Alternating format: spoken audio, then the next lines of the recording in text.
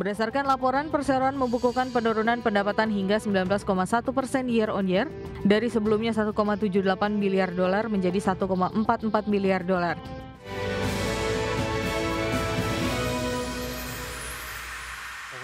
Vina, kita lanjutkan kembali. Musim rilis kinerja kuartal ketiga masih terus berlanjut dan kali ini datang dari emiten pertambangan batubara ini, di mana PT Indika Energi Tbk membukukan penurunan kinerja selama 9 bulan di 2025.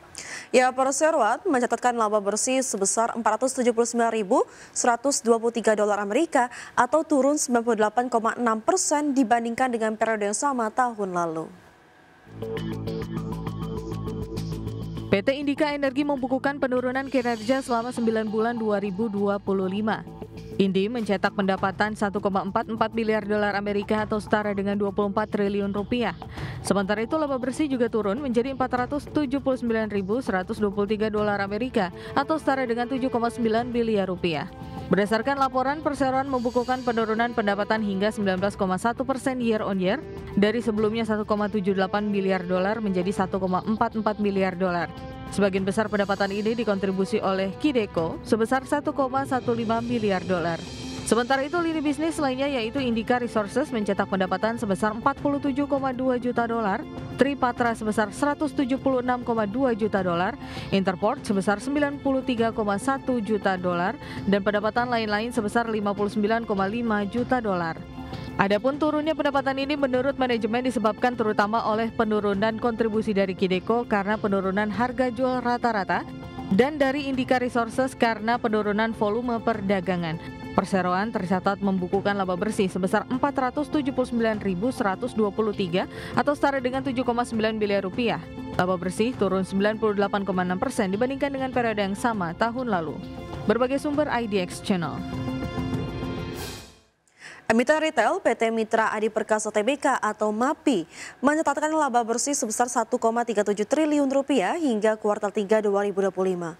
Berdasarkan laporan keuangan, laba bersih MAPI naik 5,75% secara tahunan dibandingkan laba bersih periode yang sama tahun lalu senilai 1,29 triliun rupiah.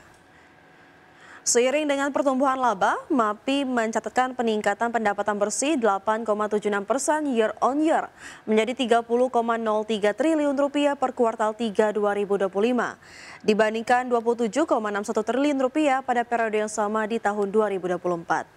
Ya, pendapatan MAPI dari segmen usaha penjualan retail mencapai 25,45 triliun rupiah atau naik 10,68% year on year.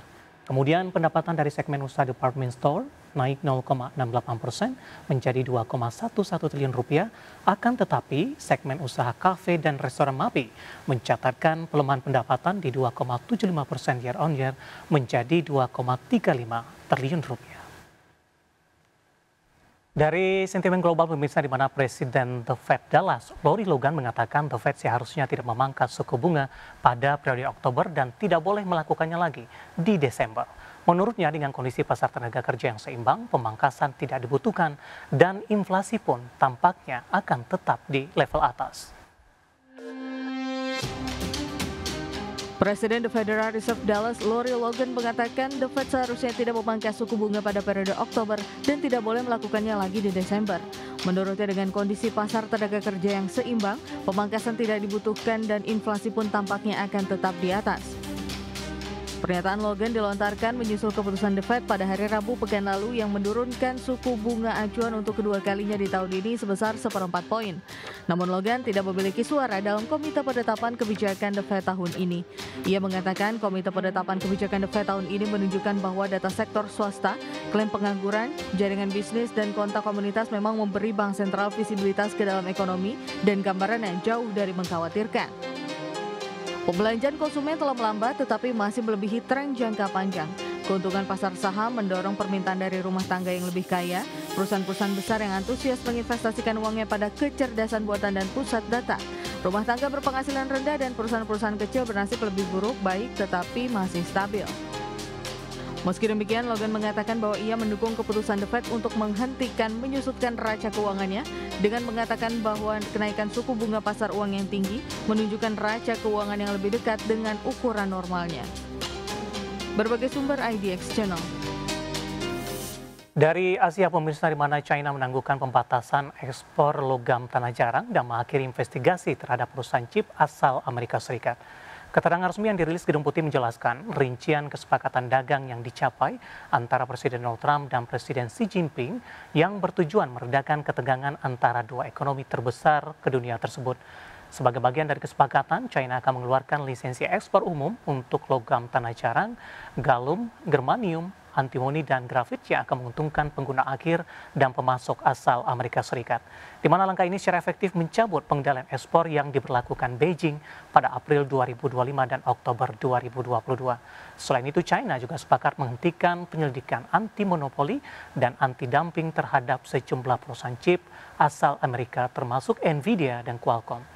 Sebagai imbalan, Washington akan menunda penerapan sebagian tarif timbal balik terhadap China selama 1 tahun dan membatalkan rencana penerapan tarif 100% terhadap ekspor China ke Amerika yang semula dijadwalkan pada November 2025. Pemerintah Amerika juga akan memperpanjang masa berlaku pengecualian tarif berdasarkan Section 301 hingga 10 November 2026. Terbahas, dan di segmen ini kita akan review sepanjang perdagangan di pekan lalu, kemudian bagaimana proyeksi di pekan ini dengan beberapa sentimen yang berkembang. Namun sebelum kita mereview dan membahasnya, kami punya informasi yang berhasil dihimpun oleh tim redaksi kami terlebih dahulu. Dan pemirsa, indeks harga saham gabungan atau IHSG ditutup melemah terbatas usai menguat ke level 8.200-an di penutupan perdagangan Jumat pekan lalu. Di mana pelemahan indeks harga saham gabungan terpangkas ditopang saham BBRI yang menguat dan mencatat bobot di 11,59 indeks poin ke penguatan IHSG. Indeks harga saham gabungan atau IHSG ditutup melemah 0,25% di level 8.163,87 di akhir perdagangan Jumat. Secara intraday, IHSG sempat menguat ke level 8.215,546.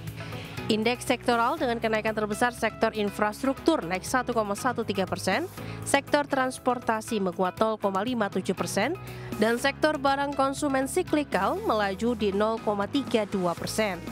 Sementara sektor perindustrian turun 1,50%, sektor properti dan real estate melemah 1,17%, dan sektor kesehatan turun 0,96%. Saham yang jadi pemberat IHSG diantaranya saham BMRI ditutup melemah 1,67% di level Rp4.720 per saham, berkontribusi minus 7,03 indeks poin. Saham DSSA ditutup melemah 2,11% di level Rp84.575 per saham, berkontribusi minus 7,03 indeks poin. Saham dari grup Prayogo Pangestu BRPT ditutup melemah 2,54% di level Rp3.450 per saham. Beratkan IHSG minus 5,62 indeks poin.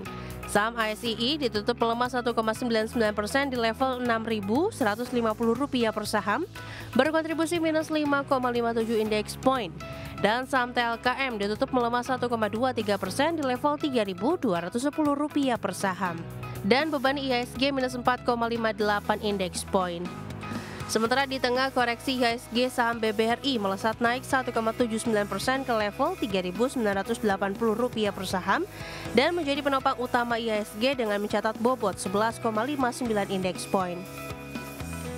Dalam sepekan IHSG melemah 1,30%, IHSG mengawali pekan lalu dengan koreksi dalam. Indeks sempat anjlok lebih dari 3,5% di Senin awal pekan dan meninggalkan level 8.000. Hal tersebut seiring dengan informasi yang beredar mengenai perubahan aturan free float indeks MSCI. Saham-saham milik Prayogo Pangestu terdampak paling besar. IHSG sempat rebound di 29 hingga 30 Oktober 2025, dua masing-masing menguat 0,91% dan 0,22%. Berbagai sumber, iDex Channel.